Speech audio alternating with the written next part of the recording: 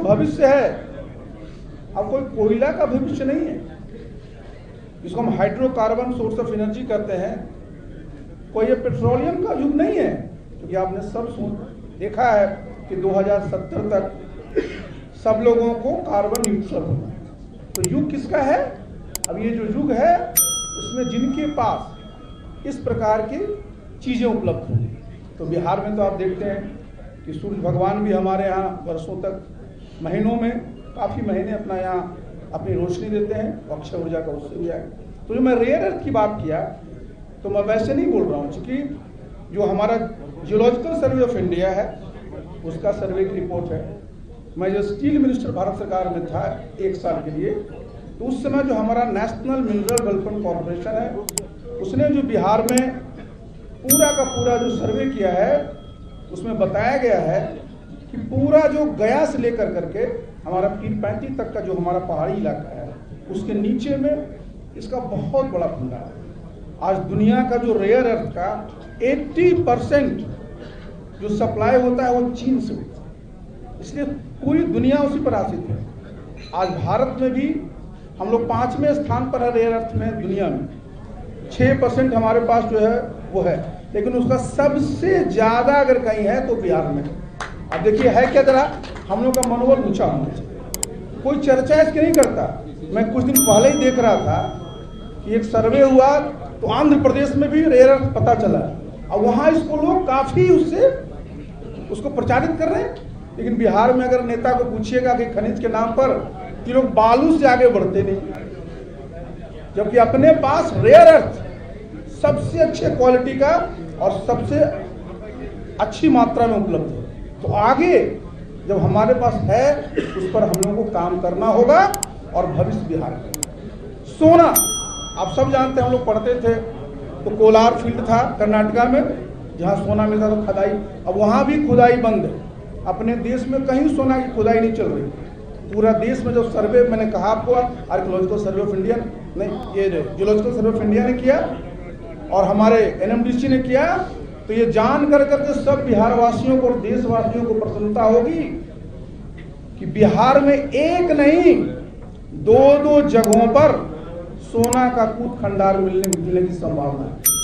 और वो कहाँ है? आप जेठियन आप जानते हैं, जहाँ की गया, नवादा, नालंदा का बॉर्डर मिलता है। आप जमुई जगह का नाम ही सोनो है। इस पर काम करने की है। और देखिए हम लोग का क्या संकल्प होगा बिहार के लोगों का। कभी भी बिहार पीछे नहीं था। बिहार आप जानते हैं ये सत्ता का केंद्र था। कई 100 वर्षों तक दुनिया में हम लोगों ने शासन किया था, तो बिना संसाधन के। लेकिन आज सब चीज में हम पीछे रह जाते हैं, आगे हम पीछे नहीं रहने। तो आगे क्या होगा?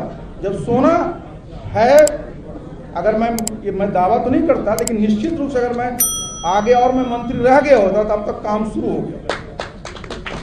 तो जब सोना मिलेगा रॉयल्टी तो आएगी, लेकिन हम सब लोग प्रयास ये करेंगे कि सोना से संबंधित जितने भी उद्योग धंधे हैं वो बिहार में ही मिलने लगे और बिहार के हमारे साथ में टंगस्टन बहुत ज्यादा मात्रा में यहाँ पर है, फास्फोरस बहुत ज्यादा है। तो मैं बता दूं कि जितने भी तरह की एलिमेंट्स की, मेटल्स की आगे आने वाले, इसको हम लोग का सुपर टेक्नोलॉजी, सेमी कंडक्टर का पूरा समय आ रहा है, ये सब में उसकी जरूरत पड़ेगी और बिहार में ये अद्भुत मात्रा है। तो मैं बिहार वासियों को आश्वस्त करना चाहता हूँ कि आप अपना सिर्फ बालू पर मत आश्रित रहिए कि हमारा जो है खनिज है। हमारे पास इस प्रकार के खनिज है और इससे ही हमारे लोगों को आगे रोजगार के अवसर प्राप्त। खेती के बारे में आप जानते ही कि सबसे अच्छा है जमीन है, सबसे अच्छी जमीन हमारी है। इस पर आप बहुत पहले भी सुने। अब एक मैं आपको चर्चा कर दूं कि हमारी पार्टी में संगठन का क्या स्वरूप होगा, ये आप जानना चाहें। तो जो हमारा संगठन राष्ट्रीय स्तर पर होगा, प्रदेश स्तर पर होगा, जिला स्तर पर होगा, जहां नगर निगम है उस स्तर पर भी होगा, प्रखंड स्तर पर होगा, पंचायत स्तर पर होगा और बूथ स्तर।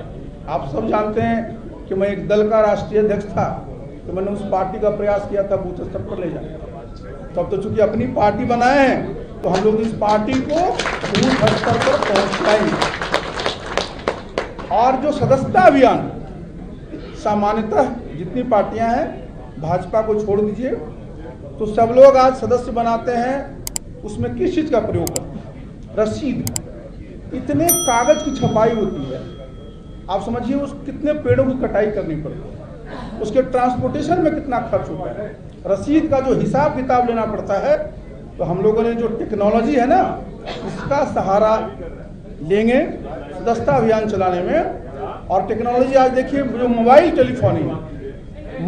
टेलीफोनी जो है वो आज देश के हर एक कोने में उपलब्ध है, हर एक कोने में उपलब्ध है।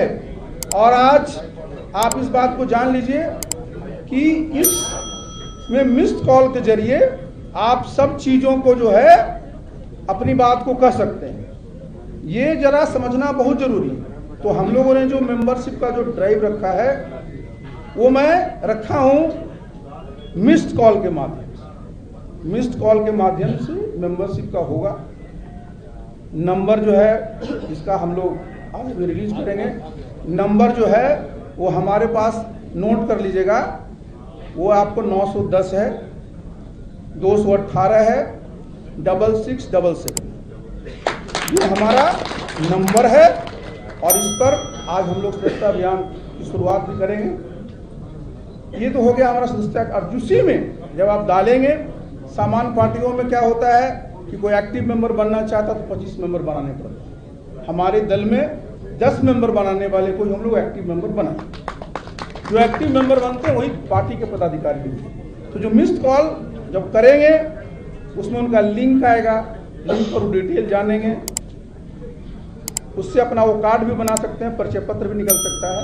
और हमारा जो एक्टिव मेंबर का है उसमें हम लोग एक नंबर देंगे, रेफरल नंबर रहेगा, उसके माध्यम से वो अगर एक्टिव मेंबर बना लेंगे उसका भी लिस्ट हमारे पास होगा। इस प्रकार हम लोग मेंबरशिप का ड्राइव चलाएंगे। और मेंबरशिप का ड्राइव चलाएंगे, जब तक हमारा मेंबरशिप नहीं बन जाएगा तब तक हम लोग जितने भी हमारे महत्वपूर्ण पद हैं उस पर पदाधिकारियों को तब तक मनोनीत करेंगे। जब हमारा मेंबरशिप ड्राइव हो जाएगा तो हम लोग चुनाव करेंगे संगठन का। संगठनात्मक चुनाव होने के बाद हम लोग उस चीज को जाएंगे।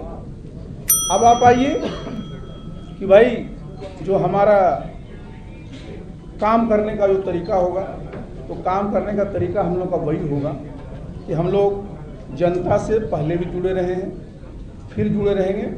और सब साथियों को हम लोग ने यही अपनी बात को रखा है, समझाया भी और समझते भी हैं कि इस पार्टी को कभी भी किसी भी कीमत पर मजबूत होने के लिए जितना भी आपको परिश्रम करना पड़े वो सब करें। और आज मैं बता दूं कि अभी हम लोगों का गठन नहीं हुआ, लेकिन मैं जब मीटिंग करते रहा था तो बिहार में आप जान रहे हैं 243 विधानसभा सीटें हैं। आज की तारीख में हमारे पास 140 सदस्य हमारे पास हैं जिन्होंने अपनी इच्छा जताई है चुनाव लड़ने। तो जो 2025 का जो चुनाव होगा उसमें हमारे साथी जो मजबूती से लड़ना चाहते हैं वो चुनाव लड़े। तो हम लोगों ने जो ये दल का निर्माण किया है, इसलिए आखिर देखिए ये पूरा का पूरा पॉलिटिक्स क्या है, ये राजनीति है क्या, इसकी जितनी परिभाषा पढ़ लीजिए। लेकिन हम लोग जब पढ़ते आए उस जमाने से ही कि राजनीति सत्ता का संघर्ष, और सत्ता में आप क्यों आना चाहते, सत्ता में जब तक आप नहीं आएंगे तो जो आपका विजन है, जो आप पूरा करना चाहते हैं उसको प्राप्त नहीं कर सकते। तो जब आप सत्ता में आएंगे, जो भी आपने अपना लक्ष्य रखा, आप देखिए कितना खराब लगता है कि देश में प्रति व्यक्ति आय 1,82,000 करीब 2 लाख करोड़। बिहार में प्रति व्यक्ति आय 54,000 से 60,000 के बीच में। आप समझिए जरा इस बात को। एक समय था जब देश आजाद हुआ था, उसमें देख लीजिए कि हम लोग क्या स्थिति थी। आप आगे देखिए, प्रधानमंत्री जी का सपना पूरे देश के लोगों की सोच है कि 2047 में जब 100 साल पूरा हो जाए तो बिहार भी विकसित प्रदेश बने, जब देश विकसित राष्ट्र बनेगा।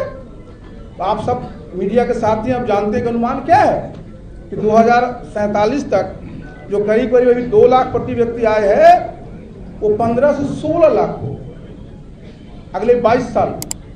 तो बिहार में जरा सोचिए कि आज हमारा 54,000 से 60,000 के बीच में है, तो आप समझ लीजिए कितना मेहनत करना पड़ेगा। 30 गुना लोगों की आमदनी बढ़ानी पड़ेगी। और आमदनी कैसे बढ़ेगी? आमदनी बढ़ेगी जब आप निवेश करेंगे किस क्षेत्र में। जितने हमारे जो कृषि का क्षेत्र है, ऊर्जा का क्षेत्र है, और ये पूरा का पूरा जो हमारा जो उद्योग के बारे में मैंने चर्चा की। तो एक बात की मैंने जो चर्चा की थी हाइड्रोजन के शुरू में, तो आपको पता है कि अब जो है आगे जब हाइड्रोजन एक मुख्य स्रोत होगा तो बिहार में जल की कमी नहीं है। हमारे यहाँ पूरा का पूरा जल का इतना संसाधन है, अक्षय हमारे पर ऊर्जा होगी तो इलेक्ट्रोलाइसिस प्रोसेस से हाइड्रोजन का निर्माण हम लोग कर सकते। अपने यहाँ 2-3 और मुद्दे हैं जिनकी मैं चर्चा करके आपको समाप्त करूंगा। एक, आप सब लोग जगह आज देखते हैं जो हमारे शिक्षा का क्षेत्र, जो हमारे शिक्षक हैं, जो हमारे छात्र, मैं देखता हूं हम लोग पढ़े, गांव से पढ़े, मेरे पिताजी भी शिक्षक रहे, गांव से पढ़ करके जब कोई आरक्षण नहीं होता था उस समय हम लोग आईएएस बने। कोई ट्यूशन कहीं नहीं, वही शिक्षक पढ़ाते थे और सब बने। आज आप देखिए यहाँ क्या होता है, शिक्षा विभाग में रोज उनका टाइम ही टेबल निर्धारित होते रहता है कि 9 बजे आना है कि कितने बजे जाना है। बच्चा है उसका काम क्या है? ज्ञान अर्जन करना। बच्चे कितने देर तक अपने ध्यान को लगाएंगे? अब उनको अगर लंबे देर तक रखिएगा स्कूल में तो पढ़ने में ध्यान लगेगा। मैं देखता हूँ, अभी मैं सवेरे सवेरे जब मॉर्निंग वॉक में निकलता हूँ, 5 बजे के बाद से सब माताएं अपने बच्चों को खड़े रहे बस स्टैंड पर बच्चों को चलाएंगे। हम लोग का स्कूल का टाइमिंग होता था, मैं जानबूझ के बोल रहा हूं, 10 बजे से 3 बजे। अच्छा से सवेरे का रूटीन भी होता था, लोग खाते भी थे, आधे घंटे का टिफिन होता था और 3 बजे बच्चे से घर चले जाते। उसी में से सारे लोग आखिर जो हमारे डॉक्टर राजेंद्र बाबू यहीं से लगभग पैदा हुए, बिहार के प्रथम राष्ट्रपति बने, तो क्या वो स्कूल जाते थे 5 बजे? स्कूल का समय वही था। नीतीश बाबू मुख्यमंत्री हैं, 5 बजे स्कूल जाते थे। ये इसलिए मैं बता रहा हूं। और आप शिक्षकों को कहते हैं कि जाकर के हाजिरी लगाओ। हाजिरी पर ध्यान कम दीजिए, ध्यान दीजिए कि आखिर शिक्षक हैं, वो पढ़ा रहे हैं, उनको किस प्रकार की जो है, उनको किस प्रकार का ज्ञान और लोगों को, बच्चों को देना हो दे रहे हैं कि वो कोई सरकारी कर्मचारी अन्य सरकारी कर्मचारियों की तरह नहीं है। वो अन्य सरकारी कर्मचारियों की तरह नहीं है, उनका काम है ज्ञान दे। अब आप रोज उनसे स्पष्टीकरण पूछेगा कि अच्छा आप आज हाजिरी लगाए हैं तो 9:05 में आए हैं। हम लोग पढ़ते थे, हम लोग जीएनयू में भी पढ़े, गांव के स्कूल में भी पढ़े। वो फोकस रहता था कि बच्चों को ज्ञान देना। शिक्षा में देखिए हम लोग को जो मौका मिलेगा तो हम लोग सुधार करेंगे और इस सब के लिए विन विन सिचुएशन होगा, बच्चों के लिए भी, उनके गार्जियन के लिए भी और शिक्षकों के लिए। ये कोई रेगुलेटरी डिपार्टमेंट नहीं है। एक मैंने शिक्षा की जानबूझ करके चर्चा की। आप जरा इस पर भी देख लीजिए, आज सबसे ज्यादा लोग किस बात से प्रभावित हो रहे हैं कि साहब सब जगह जो नशा जो है वो बढ़ गया है।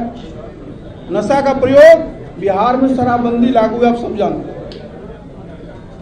कोई भी यहाँ जो व्यक्ति है किसी प्रकार के नशा के सेवन को प्रश्रय नहीं देना चाहता, लेकिन आप अगर समझिए बिहार में 2016 से शराबबंदी लागू हुई है। गांव में पूछ लीजिए, बहुत जगह शराब की क्या स्थिति है वो आपको पता है। लेकिन सबसे जो खराब चीज और हुई है कि नशा के जो और भी जो साधन है उसका बच्चे सब आजकल और भी लोग उसका सदुपयोग कर रहे हैं या दुरुपयोग कर रहे हैं, वो एक अलग मामला है, लेकिन उसका सेवन कर, तो हमारे लिए अच्छी बात नहीं है कि भाई एक तरफ तो मुख्यमंत्री की मंशा में कोई दिक्कत नहीं है, लेकिन खान पान को जो कानून बनाए, कानून के माध्यम से ये संभव नहीं है नशाबंदी को समाप्त करना। तो हमारी पार्टी का जो हम लोग जो सिद्धांत बनाया उसमें भी रखा है कि हम लोग जिसका जन जागरण का कार्यक्रम चल रहा है, आज का क्या है? आज देखिए जो आपका शराबबंदी का इस सबके लिए लॉस है। सरकार का कई हजार करोड़ का लॉस है एक्साइज का। आप देखिए कितने लाख ग्रामीण इलाके हैं, उनके बच्चे उनके लोग जो हैं जेल में चले गए, खर्च हुआ ना। तो आप इसमें सुधार की आवश्यकता, और हमने पहले भी कहा है और आज भी आपके माध्यम से मैं माननीय मुख्यमंत्री से अनुरोध करना चाहूँगा पूरी गंभीरता के साथ कि भाई एक हाई लेवल की कमेटी गठित किया जाए। जिस उद्देश्य से आपने शराबबंदी बिहार में लागू की थी वो कहाँ तक सफल हो पाई है, क्या क्या चीज़ और किया जाना चाहिए, जिससे कि भाई जो मनसा है वो भी पूरा हो। और बिहार के बारे में जो इमेज है, कोई आज प्रोग्राम कराने के लिए बिहार में आता नहीं, पूछिए कहाँ तो रांची में आ जाइए, पूछिए कहाँ तो बनारस में आ जाइए। तो जब बाहर के लोग आपके यहाँ आने से घबराए, आप इतने वर्षों में बिहार में कितने होटल बने हैं, आप अगर जाइएगा तो हमारे होटल अलग अलग बने हैं, लेकिन अगर आप 5 स्टार होटल के बारे में चर्चा करिएगा तो शायद ही कोई बन जाए। तो हम लोग इस प्रकार का देखिए माहौल बनाना पड़ेगा कि भाई जब लोग बाहर से आए तो उनको ऐसा ना लगे कि मैं ऐसे प्रदेश में जा रहा हूँ जहाँ की डर है। और एक बात को अंत में मैं और कहना चाहूँगा, इसको जरा सुनिएगा। अपने प्रदेश में, मैं तो उत्तर प्रदेश काडर में था IAS में, यहाँ जब मैं आया तो यहाँ जो एक नई चीज मुझे देखने को मौका मिला, और आज बिल्कुल सब जगह देखिए कि जो जनप्रतिनिधि है, भाई जनप्रतिनिधि जितने लोग हैं, क्या हो गया है यहाँ बिहार में, FIR कर रहे, कुछ किया पहला काम FIR कर। आप जनप्रतिनिधि देखिए कितने हमारे मुखिया हैं, आप कहते हैं आपकी उम्र है आप मुखिया बन गए, कोई प्रशिक्षण नहीं होता है। गलती कोई और करे, जांच में आए तो क्या करना है, अरे वसूली करिए, कार्रवाई करिए, सबसे पहले FIR। किसी और प्रदेश में नहीं है। यहाँ जो है पूरा का पूरा इसका FIR हो गया है, जिसे जितने हमारे जनप्रतिनिधियों का जो एक खौफ सबके मन में। और आप चले जाइए, आप जितने अभी हमारे ब्लॉक लेवल पर जाइए, आपको लेना है निवास प्रमाण पत्र, आपको लेना है जाति प्रमाण पत्र, आपको कराना है म्यूटेशन, आपको लेना है आर्थिक प्रमाण पत्र। क्या स्थिति है? तो हम लोग की सरकार जब बनेगी तो मैं इस बात को कहता हूं कि देखिए आज बिहार की जनता को ब्लॉक और अंचल के दरवाजे पर जाना पड़ता है, चक्कर लगाना पड़ता है, जब आप घर घर जातीय जनगणना करा कर उनको बता सकते हैं। हर एक घर में वोटर ID कार्ड हो सकता है, तो फिर सरकार के जो हमारे कर्मचारी हैं वो क्यों नहीं हर एक साल के 31 मार्च तक प्रत्येक के लोगों को ये जो जितने तरह के सर्टिफिकेट हैं उनको घर पर पहुंचाना मैंडेटरी किया जाए। तो देखिए एक नीचे स्तर पर जिसकी आप चर्चा करते हैं भ्रष्टाचार का, वो अपने आप खत्म हो जाए। और एक बात और साथियों, आप जानते हैं कि मैं जब संगठन चलाता हूं तो मैं प्रकोष्ठ पर बड़ा ध्यान देता हूं कि समाज के जितने, आप बिहार में भी जातीय जनगणना हुई, 215 जातीय गणना हुई। हालांकि अगर आप देखिएगा तो एक जगह बनिया लिखा हुआ, उसमें 19 जातियां हैं।